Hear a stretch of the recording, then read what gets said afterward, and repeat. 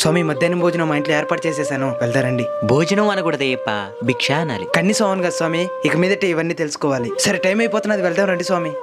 నువ్వు వెళ్తా ఉండో, మాకు కొంచెం పని ఉంది, వెనకాలనే వచ్చేస్తాం. మనకేం పనుంది స్వామి? అది మళ్ళీ చెప్తానులే, మీరు వెళ్ళండి సార్, మేము వచ్చేస్తాము. సరే స్వామి. మంచి వెజిటేరియన్ హోటల్కి వెళ్దాము పద. ఆ స్వామి ఏర్పాటు చేస్తున్నాడు కదా స్వామి. నేను వాళ్ళ ఇంట్లో తినను స్వామి. ఎందుకు? వాళ్ళది వేరే కులం.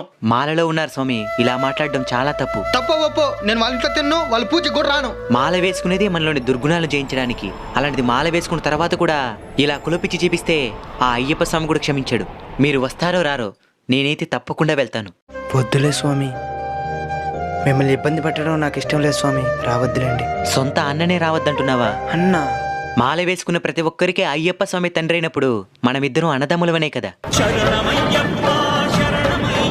నేను వస్తున్నాను స్వామి.